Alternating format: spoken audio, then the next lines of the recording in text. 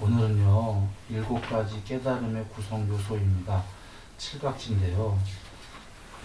공부하는 분들이야 많이 들으셨겠지만 처음 오신 분들도 아마 들으셨었나요?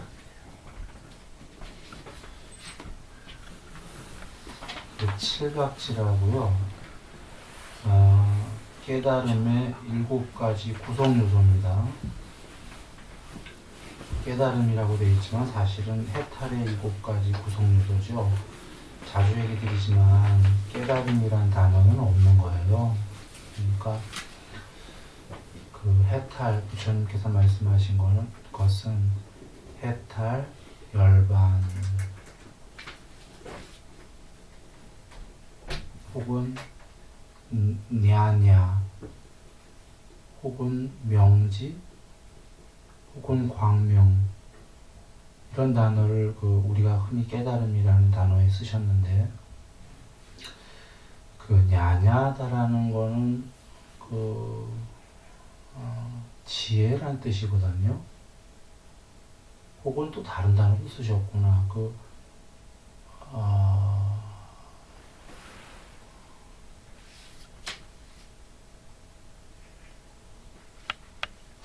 원각이라는 한자로 대칭되는 말인데, 한자로 되는 말인데, 원래 뜻이 빨리어로 까먹었어요. 무한히 한다, 뭐 이런 뜻이 있어요. 그러니까 무한히 한다, 뭐 지혜. 명지는 무명에 대칭되는 말인데, 무명이 위자인데 명지는 아위자죠. 부정접도가 붙어갖고, 광명은 알로카라고 되어 있는데 아마도 로카가 세상을 얘기하는 것 같고, 세상이죠. 그러니까 세상을 초월한 이런 뜻 같은데, 이런 단어들을 쓰셨지 깨달음이란 단어는 없어요. 궁극이. 그래서 굳이 얘기한다면 깨어있음 정도겠죠. 깨어있음도 깨어있음은 봤어요. 제가 초기 경전에서 반야도 쓰셨고 이런 단어들을 쓰셨습니다.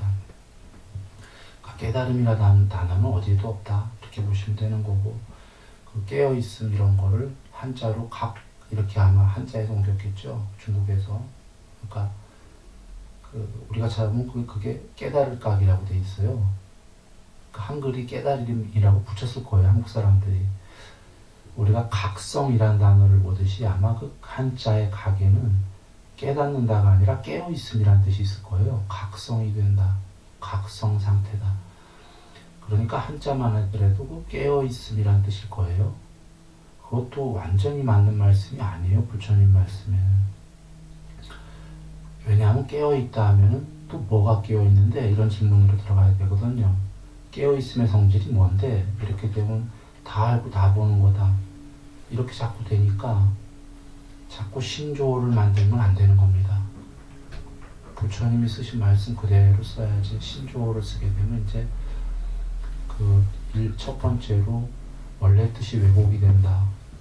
두 번째로는 자꾸 그러다 보니까 이 뜻은 이런 거예요 하고 사족을 붙여야 되는 겁니다. 지금 저도 자꾸 사족을 붙이잖아요. 깨달음이라고 나오니까. 저번에도 깨닫는 자와 깨닫는 대상이 있다면 이건 사유지, 생각이지, 이게 어떻게 궁극이냐는 거죠. 그러니까 자꾸 이건 사족을 붙여야 되니까 깨달음이란 단어는 그냥 없는 단어로 생각하세요. 한국에서만 깨달음이라고 그래요. 한국에서만. 영어로도 그나마, 영어도 좀 나아요. enlightenment예요. 깨어있음의 뜻에 가까울 거예요. 오직 한국에서만 이상하게 그런 단어를 씁니다. 그러니까 제가 뭐 그렇게 쓴다고 뭐라고 할 건 아닌데 자꾸 사족을 달아야 되기 때문에. 네. 실제로 그런 단어를 썼기 때문에 많은 사람들이요, 무언가를 한 소식을 깨닫고 뭔가 이거야 하고 깨닫고 이런 식으로 생각하거든요. 그거는 그냥 생각 중에 철학처럼 높은 생각이 하나 된 거죠. 그럼 궁극의 그거랑은 상관이 없는 겁니다. 여기 7가지 해탈의 구성 요소가요. 그 7가지입니다. 먼저 경전을 보면은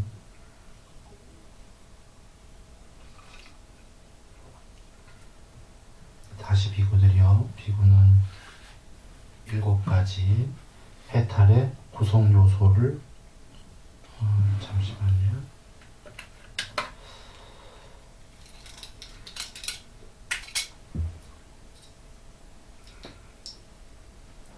구성 요소들의 법에서 법을 관찰하며 먹는다. 비구들이여 어떻게 비구가 7가지 해탈의 구성 요소들의 법에서 법에 대해서 법을 이런 어법을 제가 많이 드렸는데 처음 듣는 분은 모르니까 부처님께서 몸에 대해서 몸을 관찰하는가, 느낌에 대해서 느낌을 관찰하는가, 우리식으로 하면 몸을 어떻게 관찰하는가인데 몸에 대해서 몸을 부처님께서 이루시는 것은 더 엄밀한 의미가 있죠. 그냥 몸을 관찰한다는 것보다 몸에 대해서 몸에 대해서 about 몸 구성 요소들 각각 몸 전체들에 대해서 몸을 어찌 관찰하는가라는 객관적 의미가 있는 겁니다. 법에 대해서 법을 관찰하며 머무는가. 비구들이여 여기 비구는 자기에게 사티의 해탈의 구성 요소가 저도 여기 이제 깨달음이라고 써있으니까 자꾸 깨달음이라고 이렇게 여기 지금 제가 사띠에라고 한 것도 마음챙김이라고 돼 있어요. 사실은 글씨를 의역으로 이것도 저는 자꾸 사띠라고 읽는데 이러니까 이제 번잡해지는 겁니다. 원래 여기 원어가 사띠죠. 이 마음챙김으로 하면 본래 뜻에서 좀 많이 벗어나게 됩니다. 사띠 누군가 전에 그런 얘기를 했었는데요. 오늘 좀 새끼로 많이 빠지네. 마음이 덜 평화로운가 보다. 사변적인 거에 자꾸 빠지니까. 평화로운 새끼로 잘 못 빠져요. 누군가 전에 그런 얘기를 했는데, 고유 명사라고 그러던가요? 부처님께서 쓰신 고유 명사는 그대로 써줘야 된다, 이렇게 누군가 얘기한 적이 있었어요. 한국말로 번역하지 마라. 이게 옳은 거예요. 이게 옳은 거예요. 그 고유 명사들은 다 그냥 써줘야 돼요. 반야면 반야 이렇게. 싸띠면 싸띠.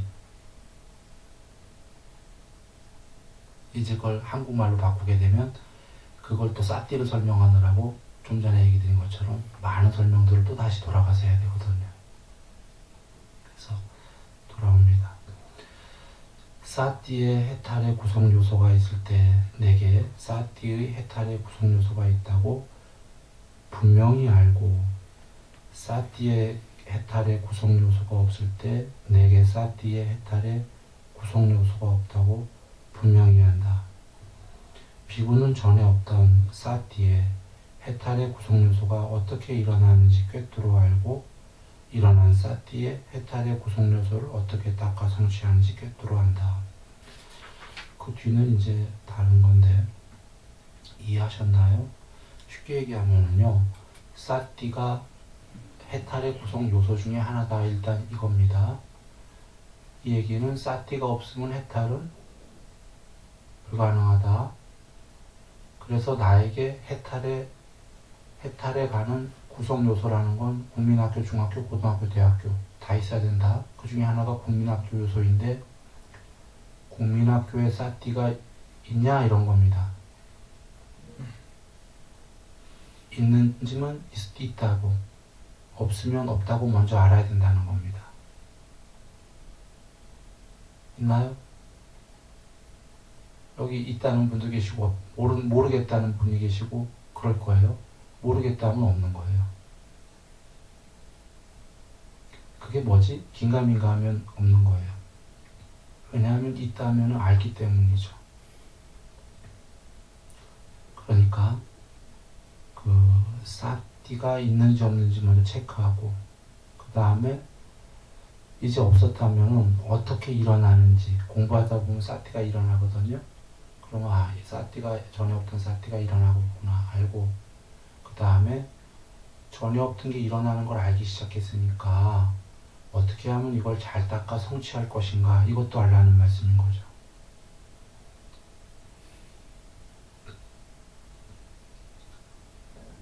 결국 사티를 또 정리해야 되는군요.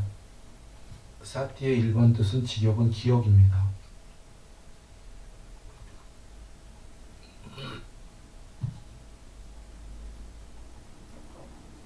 2번 뜻은 여기 마음 챙김처럼 정신이 차려졌다는 겁니다. 우리가 어른들이 옛날에 정신 차려라, 정신 차려라, 정신을 어디다 놓고 다니니, 이런 얘기들 많이 들으셨을 거예요. 그거랑 같은 맥락이에요. 마음을 어디다 놓고 다니니, 지금 정신이 없니? 하나하나 일상생활에서 정신 차려서 자기가 하는 거를 똑바로 알아라, 이런 말씀이에요. 두 번째 뜻이라는 건 뜻이 아까 1번이 더 진짜 뜻이라는 거예요. 기억이 낮은 뜻인데, 왜냐하면 보세요. 우리가 좀 더 낮은 존재일수록 정신을 못 차려요. 낮은 존재일수록 혼미해요. 동물들을 생각하면 알 거예요. 혼미하다, 어둡다, 자기가 하는 게 뭔지 모른다. 동물들이 정신 차릴 리가 없으니까요. 자기가 하는 모든 일에, 행동에, 마음에 정신을 차린 게 보다 높은 존재인 겁니다. 그래서 어른들이 우리에게 그렇게 얘기했던 건, 어른들이 그래도 한국에서 유교를 많이 했기 때문이에요. 유교가 주로 정신 차려라 이 얘기 많이 합니다. 그러니까 종교가 달라도 다 똑같은 거예요, 맥락이. 하는 일에 정신을 잘 차려라. 그걸 마음 챙김으로 여기서 번역한 거죠. 그런데 보세요. 1번이 기억이 제일 중요한 뜻이라고 한 게 어떤 의미에서냐면, 사티의 직역이 기억인데, 쌍유타니카에서 옛날에 아주 오래전에도 무슨 말을 했고 무슨 행동을 했는지 사티를 잘 확립해서 전부 다 기억한다, 전부 다 안다, 이러면 기억이라는 의미잖아요. 전에 어떤 행동을 했고 어떤 말을 했고 아주 오래전에도 이걸 기억을 다 알려면 부수적으로 정신 안 차리고는 안 되는 거죠. 그러니까 기억이란 말에는 정신 차려라는 건 그냥 속해 있는 말인 거예요. 따로 안 해도. 그쵸? 예. 그래서 그 기억을, 정신 차려서 기억을 알다 보면 나중에 신통 중에 숙명통, 요번 생만이 아니라 전생에 수없는 생을 기억하는 숙명통이 드러낸다는 거죠. 다르게 얘기하면 정신 차리다 보면 본성에 가차와지고 본성이 드러나기 시작한다. 정신을 혼미하게 하게 되면 본성에서 멀어진다. 이해되시죠? 강아지들은 본성에서 멀어진다. 정신 안 차리기 때문에. 사람들 중에서도 정신을 안 차리면 윤회할 때에 더 낮은 존재가 된다. 정신 차린 존재는 높은 존재가 된다.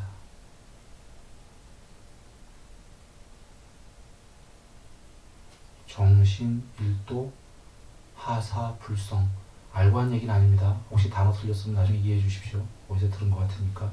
한자로 정신을 하나로 모으면 못 이룰 게 없다, 뭐 이런 얘기 같은데 정확한지 모르겠습니다. 그래서 사티가 지금, 근데 사티가 기억이 더 중요한 큰 뜻이라고 그랬어요. 그러니까 나에게 사티가 있는지를 알려면 더 작은 것부터 해야 되죠. 정신 차리는 것부터 해야지만 사티가 생기기 시작한다, 드러난다.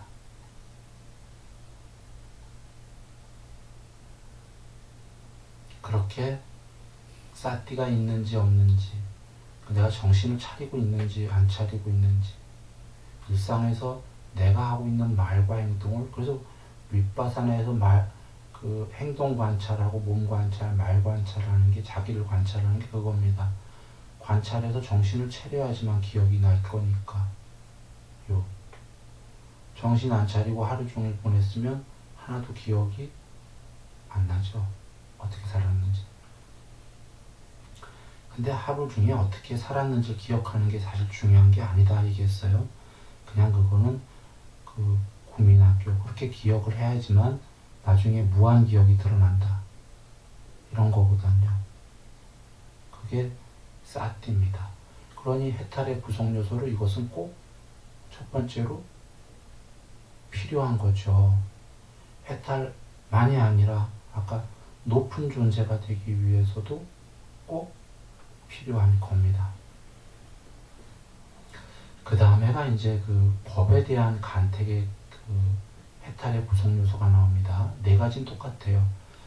그 나에게 법에 대한 간택의 해탈의 구성 요소가 있다면 있다고 분명히 알고, 없다면 없다고 분명히 알고, 없을 때 이제 전에 없던 법에 대한 간택의 해탈의 구성 요소가 일어나면 어떻게 일어나는지 분명히 알고, 이것을 앞으로 어떻게 성취할 것인지 분명히 알고, 이 네 가지는 이제 계속 나오는 겁니다. 법에 대한 간택으로 들어가기 전에 새길로 잠깐 빠져야 되겠는데요. 요 칠각지라고 하는 7가지의 그 각자가 이제 뭐 깨달을 각자를 쓴 건데, 7가지의 해탈의 구성 요소가 나온 다음에 뒤로 가면은 8정도가 나옵니다. 8가지의 완벽한 해탈의 길이 나와요. 8가지의. 아니 그럼 이렇게 중복되게 나올 이유가 뭐가 있냐라는 거죠. 앞에 칠각지로 나오고 뒤에 8정도가 나온단 말이에요. 중복이 되죠. 8정도 많이 들으셨죠. 우리가 아주 8정도가 제일 중요한 거예요 사실은. 그런데 왜 칠각지가 나오고 또 중복돼서 8정도가 나오냐, 이거를 먼저 잠깐 얘기하고 넘어가야 되는데, 칠각지는 좀 통론이에요. 1번으로 8정도는 통론이면서도 더 구체적으로 다 나와 있어요. 8정도가 더 중요한 거다 이런 얘기입니다. 그런데 또 다른 차이는, 칠각지는 맨 처음에 불법을 모르는 사람이 불법을 접했을 때의 용도예요. 8정도는 이미 불법에 대한 접해서 믿음이 생기고 불자가 가는 길이 8정도예요. 이게 무슨 얘기냐? 8정도는 법에 대한 간택이 안 나와요. 법을 간택했기 때문에, 불교를. 그래서 출발부터가 이미 간택이 된 상태에서 출발해요. 8정도는. 불법에 대한 믿음이 있다 이거죠. 그런데 지금 칠각지는 법부터 간택하는 게 나와요. 지금 아직 이 얘기는 외도일 수 있다 이런 거죠. 외도라는 건 불교인이 아니면 다 외도라고 하는 겁니다. 그냥 다른 거다. 그러니까 법을 간택을 먼저 해야 되는 입장에 처해 있는 거예요. 이해되셨습니까? 그 당시에 인도의 유행승들부터 외도서부터 많았어요. 별하별 종교가 다 있었어요. 인도에. 그들 중에는 공부가 많이 된 사람도 많았어요. 공부가 많이 됐다는 건 그들은 사티가 있는 사람들도 많았다는 겁니다. 다른 공부를 했어도. 공부들이 꽤 깊은 사람들이 많았어요, 실제로. 그래서 부처님 뵙자마자 귀의하면은 일주일 안에 해탈한 분들이 꽤 나와요. 이 얘기는 전생에 부처님 법이 워낙 거룩하시기도 하지만, 거룩한 법에서 어떤 사람은 10년 걸린 사람도 있고 20년 걸린 사람도 있고 일주일 걸린 사람도 있으니까, 이것은 똑같은 거룩한 법 아래서 차이니까 그들의 차이죠. 부처님 법의 차이가 아니라. 이해되셨어요? 부처님은 같은 걸 설하셨는데, 예를 들면 10명이 있는데 한 명은 일주일 만에, 한 명은 70일 만에, 한 명은 2년 만에, 10년 만에, 5년 만에. 그러면 법은 같았는데 이건 누구 차이로 봐야 되죠? 듣는 사람 차이잖아요. 그러니 일주일 만에 한 분은 사띠가 부처님 뵙기 전에도 어마어마하게 확립이 된 사람이란 말이에요. 그래서 돌아와서 그 당시에 공부가 많이 된 사람들이 꽤 많았어요. 부처님 뵙기 전에. 그런데 일주일 만에 된 사람들은 보세요. 부처님 뵙자마자 확 귀해버려요. 말씀 듣자마자. 왜죠? 법이 그 순간에 간택이 확 돼버린 거예요. 왜냐하면 이미 사띠가 많이 왕입됐기 때문에. 근데 어떤 외도는 중간 정도 되는 외도는 들어도 또 법문청하고 들어도 집에 돌아갔다 다시 오고 그렇게 한참 듣다가 맞구나. 법의 간택을 한참 있다 했어요. 중간적인 존재죠, 사띠가. 마지막적인 존재들은 들어도 아니오시다 하고 그냥 가요. 이것은 사띠가 제일 밑으로 된 거죠. 없는 거죠. 이런 의미예요. 그래서 부처님께서 불법을 듣기 전에 사띠를 잘 확립하라고 그런 거예요. 사띠가 확립이 잘 돼 있는 자는 말씀을 듣자마자 어떤 일이 벌어지면 경에 전반적으로 그런 나와요. 부처님 말씀 딱 듣고 그 자리에서 넘어진 자를 일으켜 주시듯이 덮여 있는 것을 걷어내 보여주시듯이 눈 있는 자 어둠 속에서 형상을 보라고 등불을 밝혀주시듯이 방향을 잃은 자에게 길을 가르쳐 주시듯이 이렇게 자세하게 설해주신 부처님께 영원히 목숨 바쳐 귀의합니다. 놀란 거예요. 야, 이런 말씀이 다 계셨냐. 이 말 귀에 한번 생각해 보세요. 얼마나 감동을 한 거예요, 이 사람들이. 어둠 속에서 헤매고 있었다 이 얘기입니다. 근데 석가모니 부처님께서 등불을 밝혀주셔버렸어요. 눈 있는 자, 눈 있으면 봐라. 보이지 않냐. 덮여 있는 것을 장막으로 무명 속에 덮여 있는 걸 확 걷어내 보여주셨어요. 넘어진 자를 일으켜 세워주셨다는 것은 마치 우리는 안진뱅이에요. 나는 다 걷고 있지 하지만 다 안진뱅이라. 근데 안진뱅이여 일어나라 그러신 거예요. 일어나서 걸어라. 방향을 잃어갖고 이리저리 어둠 속에서 헤매고 있는데 손가락 하나를 딱 드셔갖고 저기다. 길을 가르쳐 주셨단 말이에요. 그거를 100명이면 100명한테 설하셨는데 그 자리에서 예를 들면 두 사람만 막 그러는 거. 누가? 사티가 왕립이 된 사람들이. 그래서 정신을 바짝 차렸던 사람들이 삶에 있어서. 그래서 검은 게 뭔지 알고 하얀 게 뭔지 아는, 검은 건 검고 하얀 건 하얗다고 알고 있었던 사람들이 그 자리에서 아버지 하고 엎어진 겁니다. 영원히 목숨 바쳐서 귀의합니다. 그래 일단 부처님께서 그런데 아까 100에 90명은 안 그랬다. 사띠가 적다. 없다. 그러니 부처님께서 지금 해야 될 거는 법의 간택의 문제가 아니라 먼저 사띠가 적은 사람들은 사띠를 키워라. 어떻게 하죠? 생활에서 정신 차리고 생활을 일단 해야 된다. 그렇게 되고서는 이제 드디어 법에 대한 간택입니다. 법은 그 올바른 법을 선택을 해야 되는 게 견해로부터 출발인데요. 정견, 사견.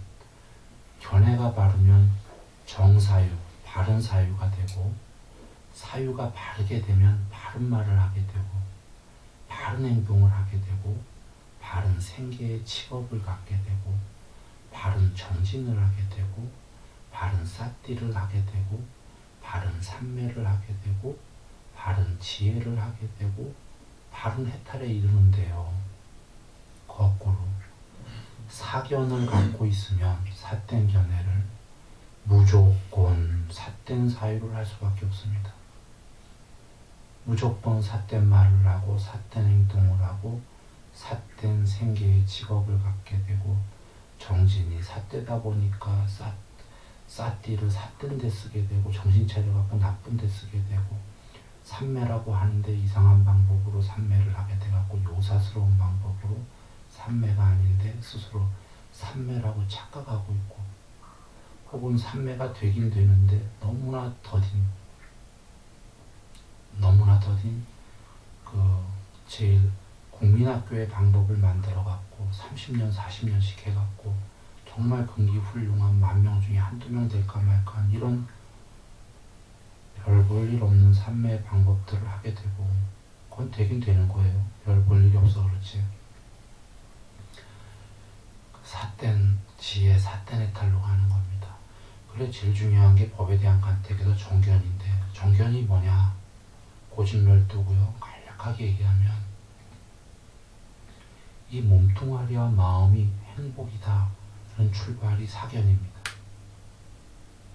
몸뚱아리와 마음이 행복이다 하면은 삿된 견에다가 얘가 좋아하는 걸 다 끌어모아다 주는 쪽으로 계속 갈 거니까 얘의 욕심과 욕망만 자꾸 부추기게 돼갖고 마음은 자꾸 삿대지고 점점 더 괴로워진다. 정견은 뭐냐? 바른 견해는 몸과 마음은 오온 5가지 무더기에 불과하고 얘는 결코 실체가 아니다. 실체가 드러나려면 오온이 좋아하는 욕망과 화를 버려야 된다. 이게 정견입니다. 버려서 염세로 가자가 아니라 지금 얘가 괴로움인데 이것만 버리면 궁극의 행복이다. 이게 정견입니다. 둘 다는 정견이나 사견은 둘 다 행복을 추구하는 건 똑같습니다. 사견은 방법이 잘못된 게 얘를 행복하게 해주자라고 아무리 노력해봐야 안 될 거다라는 거예요. 표피적인 행복은 좀 오겠지만 얘를 행복하게 해주는 건 전부 다 괴로운 길로 가는 겁니다. 더 괴로운 거다. 그 감각적 욕망 다 채워봐야 얘가 행복할 리가 없어요. 성내는 건 맨날 성내봐야 얘가 행복할 리가 없어요. 오히려 줄여나가면은 억수로 행복해지는 거예요. 그 과정에서 필요하다면 필요한 감각적 욕망만 일단 남겨놔도 돼요. 해도 된다. 탐도해도 된다. 과정에서는 쓸데없는 것만 줄여나가는 거죠. 줄여나가다 보면은 행복은 억수로 커지는 거죠. 그게 정견인 겁니다. 그래서 괴로움을 버리면 괴롭다가 아니라 괴로움을 버려서 지금 여기에서 완전한 행복이 열반이라고 하셨죠. 이게 바른 견해이기 때문에 요약하면 색수상 행식은 괴로움 덩어리요. 그 괴로움 덩어리들이 왜 괴롭냐면 안이비설 심리가 좋아하는 걸 자꾸 추구하는 한 괴롭다. 안이비설 심리가 좋아하고 싫어하는 걸 버린다. 버리면 얘는 살아서 얘가 아닌 게 된다. 그 본성이 드러난다. 불멸이요. 본성은 생사해탈이기 때문에 불멸이요. 궁극의 치복이다. 이 2가지 성격을 갖고 있는 거죠. 이게 정견입니다. 자, 이러한 불법을 간택을 하는 거죠. 이런 법을 간택한 사람은 희유한 사람입니다. 이 피라밋에서 대부분의 사람은 사견을 선택하게 돼 있어요. 얘를 충족시켜주는 게 행복이지 뭔 소리 하고 있는 거야. 이렇게 대부분은 위에 꼭대기의 소수만 얘는 괴로움이고 얘를 던져버리는 게 본성이 없다면 본성이 드러나지 않지만 본성은 분명히 있다. 얘를 던지면 얘는 본성이 아니기 때문에 본성이 드러난다. 이게 정견입니다. 이 법을 간택하는 사람은 불법을 간택한 사람은 오랜 세월 동안 참으로 이익과 행복이 있게 됩니다. 이 정견을 간택한 사람은 법을 벗어나지 않습니다. 벗어나긴 합니다. 오랜 윤회를 동안에 산을 올라갈 때 정상으로 똑바로 올라가는 사람은 드물듯이 옆길로 샜다가 재미난 거 구경했다가 도로 돌아와 정상으로 갔다가 또 옆길로 샜다가 하지만 이 법을 선택한 사람은 정상으로 간다는 거예요. 샛길로 빠졌어도. 그런데 이 법을 선택하는 사람은요, 정상 자체를 몰라요. 어딘지를. 샛길이 정상인 줄 알고 있단 말이에요, 지금. 얘를 충족시키는 게 정상인 줄 알고 거꾸로 내려가고 있단 말이에요, 산에서. 놀면서 가더라도 올라가야 되는데 놀면서 밑으로 내려가고 있어요. 비유하건대. 이 차이점 이해되시죠? 불법에 대해서 지금 이 정견을 간택한 사람은 돌아 비록 돌망정 정상을 향해 갑니다. 석가모니 부처님 법 아래에 언젠간 갑니다. 중요한 겁니다.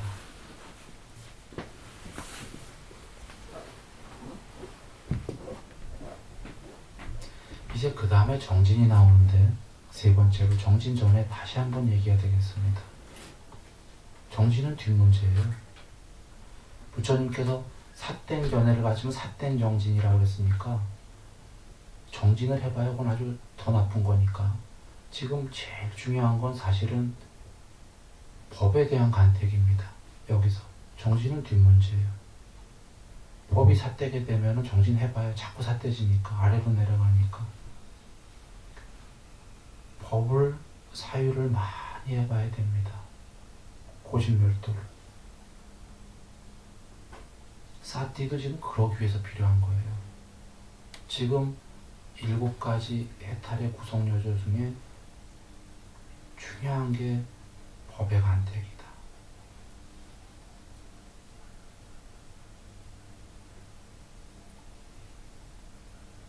제가 오온이 괴로움을 얘기했는데 오온이 천상세계 가서 영원히 산다. 영원으로. 이런 법을 간택하면 이건 삿된 거예요. 부처님께서는 오온은 이거는 3가지 종류가 있다고 그랬죠. 얘는 거친 오온, 천상세계에 사는 오온은 미세한 오온이라고 그랬어요. 미세한 물질로 이루어진, 마음으로 이루어진. 그보다 더 높은 천상세계는 비색계라고 형체도 없어요. 그것도 오온이에요. 수명은 2만 겁이나 되고 상상불허의 수명인데 결국은 죽는다. 지금 이거를 먼저 이해해야 됩니다. 이 법을. 모양 있는 것들이 영원할 수는 없다라는 거예요. 논리적으로도. 모양 있는 게 어떻게 영원해? 모양 있는 거는 전체도 아니고 부분이고 모양이 있다는 것 자체가. 모양 있는 것들은 움직이는 거고 움직일 공간이 있으니까. 움직이는 건 시간이 있는 거고 시간과 공간이 있는 거고 시간과 공간이 있는 것들은 모두 변하는 거고 변하는 것들은 모두 죽는 거예요. 언젠간. 영원으로 천상세계 가서 영원히 산다라는 건 논리로도 안 돼요. 낮은 사유만 갖고 사유해봐도 그런 삿된 견해를 갖게 되면 불법이랑은 거리가 먼 겁니다. 그건 오온으로 이거로 오온을 더 어떻게 해보겠다는 거거든요. 충족을. 그래서 부처님께서 오온에 대해서 뭐라고 하셨죠? 거칠건 과거의 것이건 미래의 것이건 현재의 것이건 이 오온이 거칠건 미세하건 천상의 존재들 멀리 있건 가까이 있건 오온이 굉장히 큰 전체의 오온도 있어요. 아주 완전한 전체는 아니지만 그 중에 수숭하건 저열하건 아주 수숭한 오온도 있단 말이에요. 이것들은 전부 나의 것이 아니고 나가 아니고 이것은 결코 실체가 아니다 그러셨어요.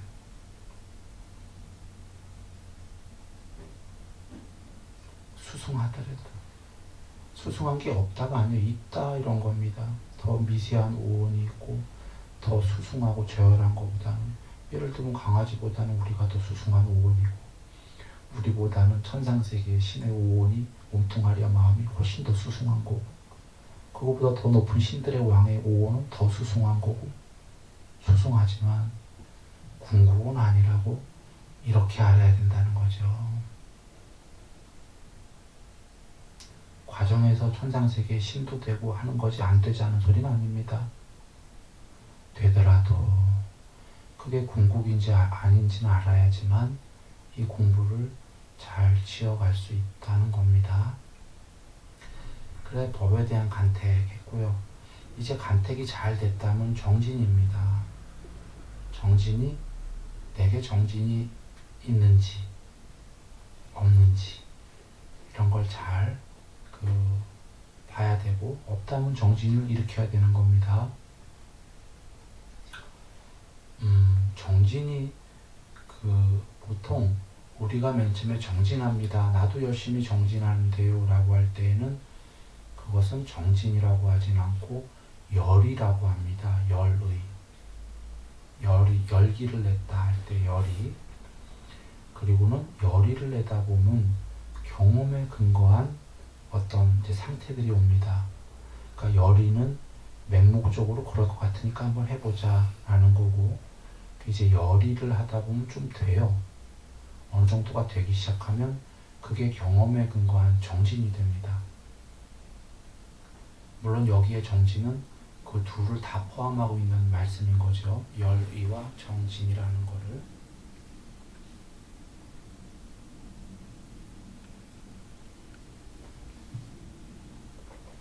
그 다음에가 시월이 나옵니다.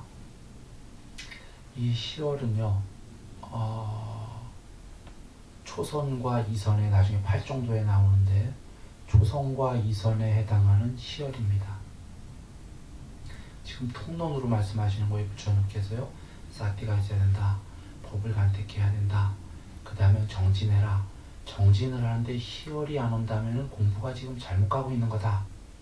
희열이 와야 된다. 이렇게 얘기하시는 겁니다. 전율을 동반한 희열입니다.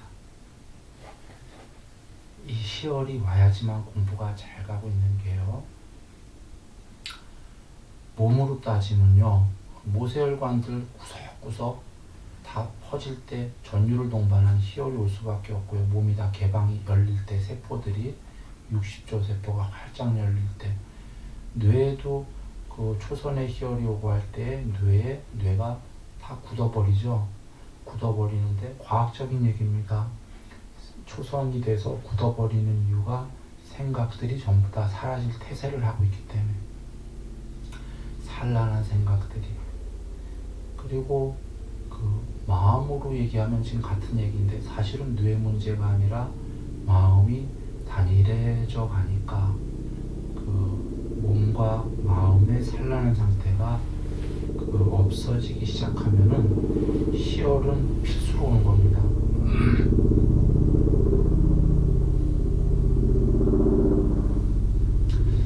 이렇게 희열이 오지 않으면 이제 한번 점검을 해봐야 돼요. 내가 뭔가 좀 잘못, 아직 공부 불적구나 하고.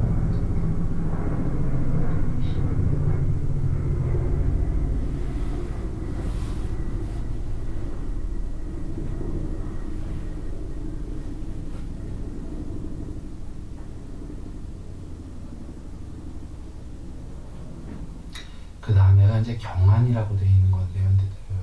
하나, 둘, 셋, 넷, 다섯 번째가 경안, 평안이라고 하죠. 몸과 마음으로 행복하다. 몸과 마음으로 평화롭다.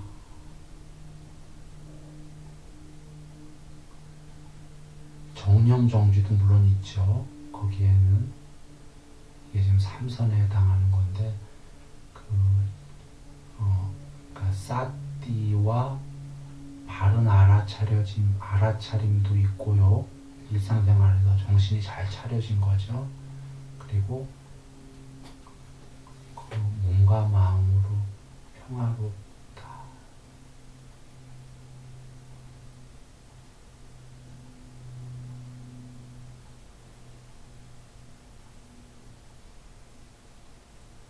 더 이상 아무것도 필요 없다 라는 상태죠.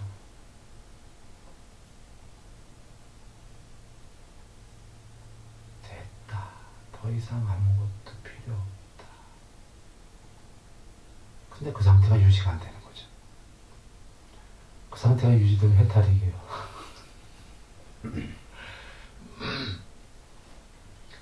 왜냐하면 들뜬과 후회가 있기 때문이에요. 그 상태가 100%가 아니라 결국은 제가 이 공부가 궁극까지 가는데 계속 이렇습니다. 이 들뜬과 후회예요. 됐다 하면서도 더 높이 되는 겁니다. 그래 마지막엔 부처님께서 부동이다 이러셨던 거죠. 마지막엔 부동심.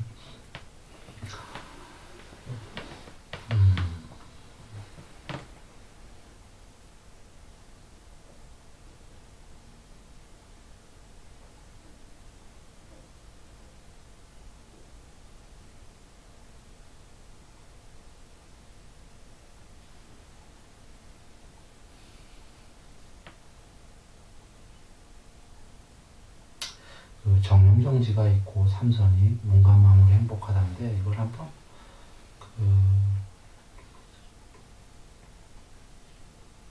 한번 잠깐 새길로 빠져볼까요?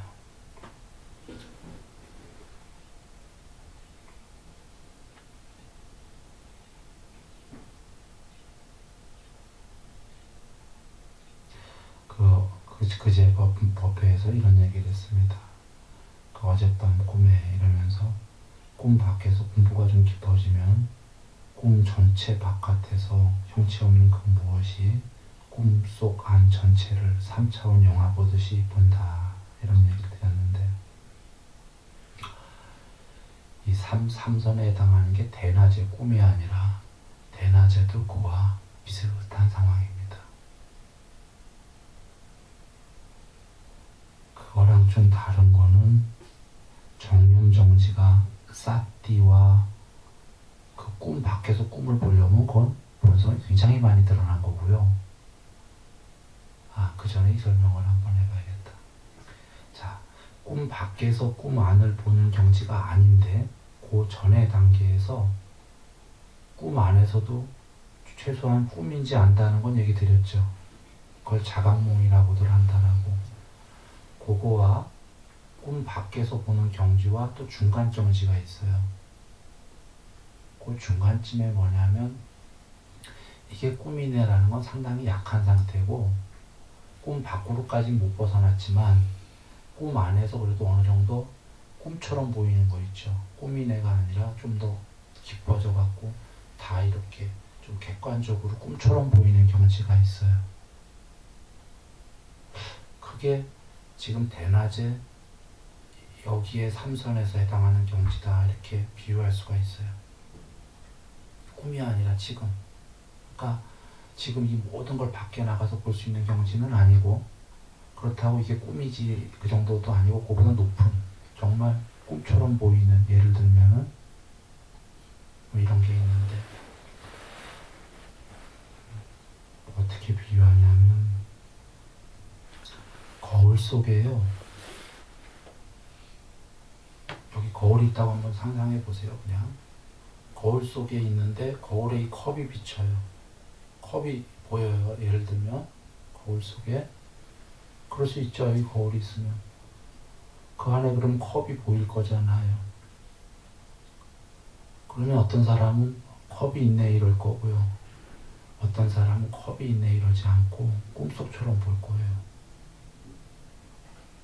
그 거울 속의 컵을 보통 많은 사람들은 현실처럼 생각할 거예요. 컵이 있지 아무 생각 없이. 근데 한번 잘 이치를 사유해 보세요. 여기 컵이 있고 거울 속에 컵이 있으면 이 컵이야 우리가 실제로 보면 있네라고 생각할 거예요. 있구나. 거울 속은 가만히 들여다보고 있으면 있구나라는 생각이 안 들 거예요. 이유는 꿈 같은 거기 때문에 저게 꿈과 비유컨대 꿈 같은 게 지금 거울 속에 이게 있긴 있지만 이게 거울 속에 있다라고 생각하는 사람이 있겠어요? 거울에서 보이긴 하지만 진짜로 이게 거울 속에 있나요? 이거 치워버리면 없잖아요. 무슨 얘기냐면 이거는 있다고도 생각하실 거예요. 치워도 저쪽에 있던 저쪽에 있던 근데 거울은 그 안에 있는 거는 보이긴 하는데 있다고는 생각 안 할 거다. 꿈이 어저께 있긴 있었는데 꿈에서 깨고 나니까는 그거 없는 거였다 이렇게 되는 것처럼 비유한 겁니다. 이 거울 속에 있는 것처럼 그렇게 된다는 거예요, 세상이요.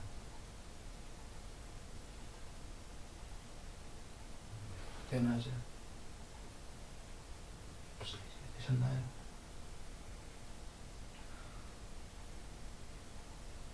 그런데 그렇게 되기 위해서는 어떤 방법을 많이 해야 되냐? 공간보기요. 나무의 공간보기 뭐 이런 거 있었죠. 제가 저번에 그 산매들이 결정 못 친 산매가 있어 이렇게 했는데 너무나 참 중요한 것들이었다. 이런 얘기를 한 이유가 그런 이유입니다. 그런 이유 중에 하나입니다. 아까 거울 속에 왜 그렇게 보였냐면 물론 그거는 생각해 보시면 거울에 진짜 그 물건이 없기 때문이기도 하고 그 다음에 거울의 공간 그 거울 안의 컵의 모양보다는 거울이라는 공간성에 포커스가 더 맞춰진 거예요. 거울이라는 공간적인 그 투명한 공간성에 이유는 얘가 그 안에 있는 얘가 실체가 아니기 때문에 마찬가지로 세상에 대해서 사물에 관심이 있는 게 아니라 공간성에다가 주의가 생기게 되면은 물질이 아닌 비물질이에요. 그렇게 해갖고 비물질도 초월하기 시작하면 그렇게가 되는 겁니다. 부처님 말씀으로 하면 그제 드렸는데 시야의 대상들이 들어올 때 그것들에 주의와 관심을 주지 않으면 마음은 일어나지 않는다 이러셨잖아요. 그 전 과정에서 벌어지는 건데 시야의 대상들이 들어올 때 그것들에 주의와 관심을 안 준다는 건 공간성이 더 개체성보다는 공간성이 더 들어오는 걸 의미하는 겁니다. 비유입니다. 사실이기도 한데 그렇게 보여진다라는 거지 보여져서 그렇게 결과물이 나왔다는 건 아닌 거예요. 이건 사실은 삼매가 많이 돼서 본성이 드러나니까 그런 상태가 됐다인데 그걸 가르쳐 줄 방법이 없으니까 그 된 상태를 역으로 그렇게 공부하면 될 것이다 라는 게 방법론인 겁니다. 예. 자, 돌아옵니다. 새길로 빠졌었습니다. 뭐였죠? 오늘 희열, 평안까지 했는데요. 예, 오늘 여기까지 하겠습니다. 나머지는 다음 시간인데 나머지가 뭐냐면 삼매 그 다음에 평정 이렇게 6번째, 7번째가 남았죠.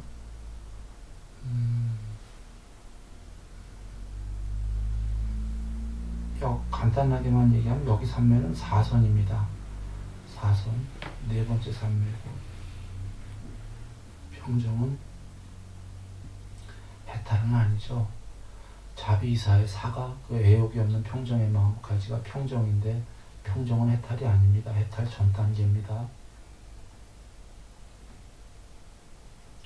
그래서 평정이 나온 다음에 이제 나중에 팔중도가 다시 나오는 겁니다.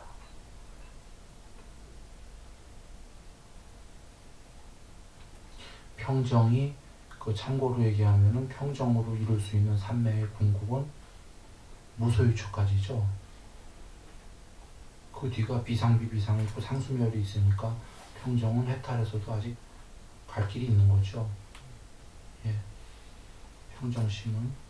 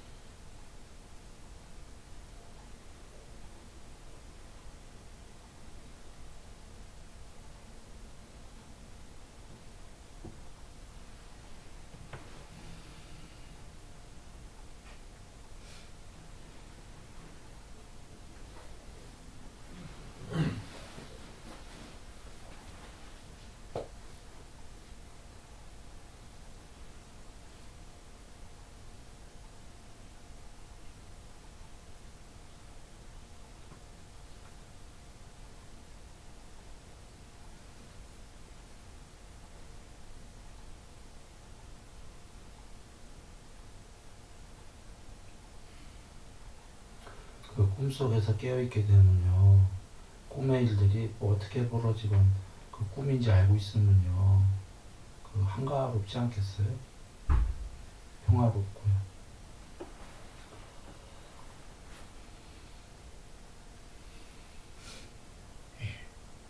그래서 삼손이 아까 그 두두물물이 시야에 다 들어오는 게 그렇게 다 평화로운 거예요. 한가롭고. 꿈속의 일이기 때문이죠. 그런데 문제가 그게 머리로 꿈속의 일이라고 생각하면 한가롭지가 않아요. 평화롭지도 않고. 그건 머리의 사유의 조작이고, 그게 실제로 본성이 그렇게 드러나갖고 세상만이 아니라 자기 몸뚱아리 움직이는 것도 그렇게 주시하고 있거든요. 전부 다 꿈의 일처럼. 그런 그 주시하는 그 본성이 드러난 거죠. 어느 정도가. 그래서 아까 그 정령, 정지다 그런 게 바른 사티와 바른 아라 차림이 드러난 거죠. 그러니 자기에 관련해서도 그렇고 세상도 그렇게 들어오는 겁니다. 꿈에 주시는 것 다 한가롭고 전부 다 꿈인데요. 뭐 꿈? 예를 들면 영화로 보낸 거죠.